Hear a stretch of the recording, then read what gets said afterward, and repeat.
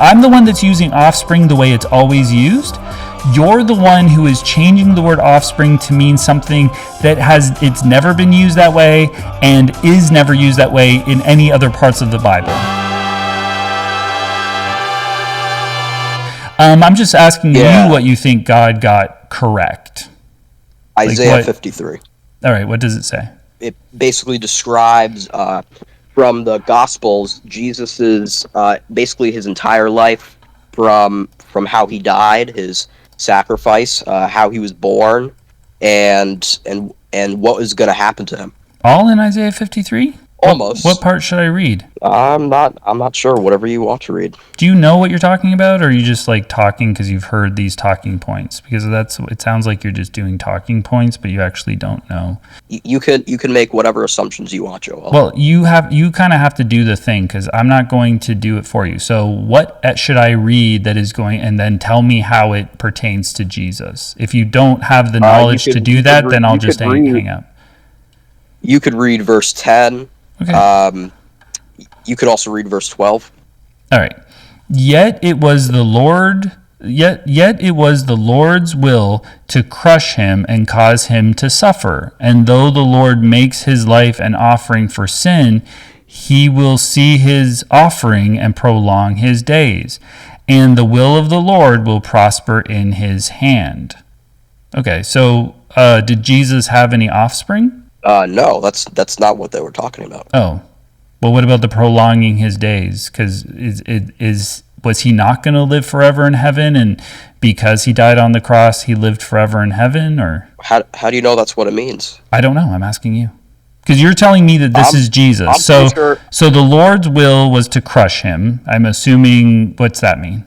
To crush him as the crucifixion. Okay. So that's okay. We got that. And though the Lord makes his life an offering for sin, what does that mean? The crucifixion. Everyone. That's an offering for sin. Crucifixion. And then he will see his offering, and he will see his offspring. So like his children, his offspring. That's what offspring are, right? No. Well, offspring. You could say, that's what I like to say. As in people who followed him, the expansion. Okay, so we're changing the word. Okay, so we're changing the word offspring from always meaning children to followers. So it should have said followers. Okay, so we will see his offspring, which are not children anymore. But what's that? Offspring is just another word for followers, or that's what it's being used for. Yeah, so is there any other place in the Bible where you can see offspring being used to mean followers, or is this the one and only place where they don't mean it to mean children? A lot of scripture is not direct and specific. Okay, so we're just changing, because you know that, like, and I want to be charitable, but I've never known the term offspring to mean followers. It always means children, right? Well, Joel, what is Jesus' offspring? What is God's I don't offspring? think he has offspring. That's why I would say this isn't about Jesus. God's children. Yeah, I would say that this is not about his. He didn't have offspring though. Like he not like the regular worldly. So these are the two things. These are the two things you can do, right? You could find in the scripture where it says that offspring sometimes is used for followers. You could find that, or you could find somewhere in the scripture where it uses the term offspring to refer to the children of Israel. That would fix it too. But I don't think you're going to find either of those, because I think the person this is talking about is supposed to have offspring, like children, that this person like inseminates someone and then they have the child. So unless you can find unless you can find a good reason to not see this as how it's typically used, then I do have to see this as not Jesus, because he doesn't have offspring. It is. You could look at John 1:12, where he basically, offspring again is just in English another word for God's children. It's children, offspring, children, same thing. Which this is talking about God. Yeah, So yeah. it would So be I think God's there would be a children. difference though, because the offspring, these are like the offspring of your womb. They're offspring. They're coming out of your body.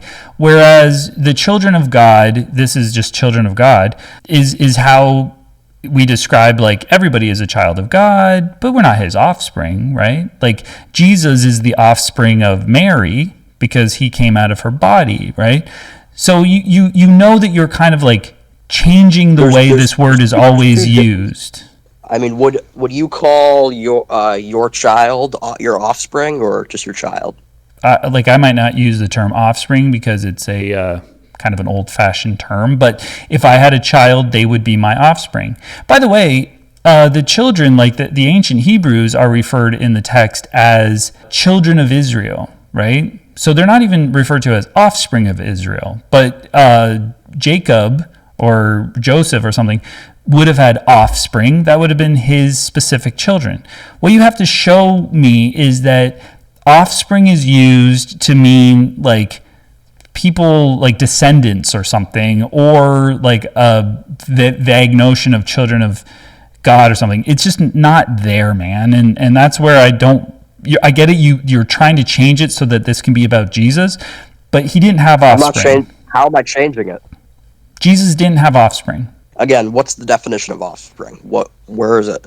It's people that are born of you, like your children, like you inseminated someone, they had the baby, they're yours, and the Yeah. woman who had the baby's offspring. All right. So that's in the world. We're talking spiritually. You have to go a grade over. So in the context of Isaiah, Yeah, so if you can 53, just see, if you can offspring. see like Paul or literally anyone at all referring to spiritual offspring, using that actual term, then you'll have something.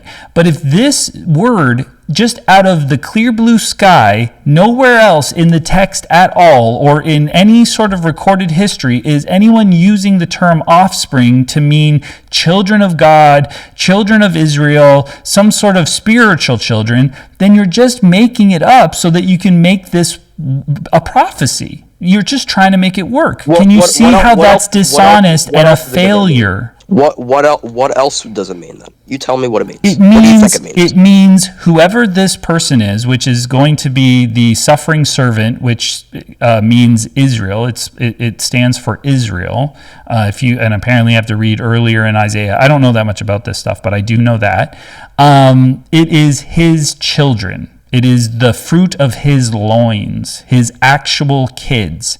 That would be his offspring. How do you know it's his actual kids? Because that's how the word offspring is always used. So I'm the one that's using offspring the way it's always used.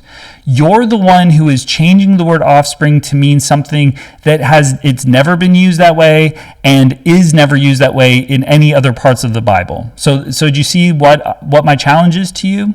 Yeah, yes, but that doesn't particularly make sense. Yeah, it does. You're just not smart or something. I think you do get what I'm saying. You're just being disingenuous. And I would say face if I were you. I'd say, good point, Joel. That is, we are trying to make that word mean something completely different just for this particular place so that we have a prophecy. That's weird. Maybe it's not real. That's what I would say if I were you. If you want to believe it as that, then you can believe it as such. All right. Well, listen, that's not a prophecy. I'm going to let you go because I have the feeling you're just super disingenuous, okay?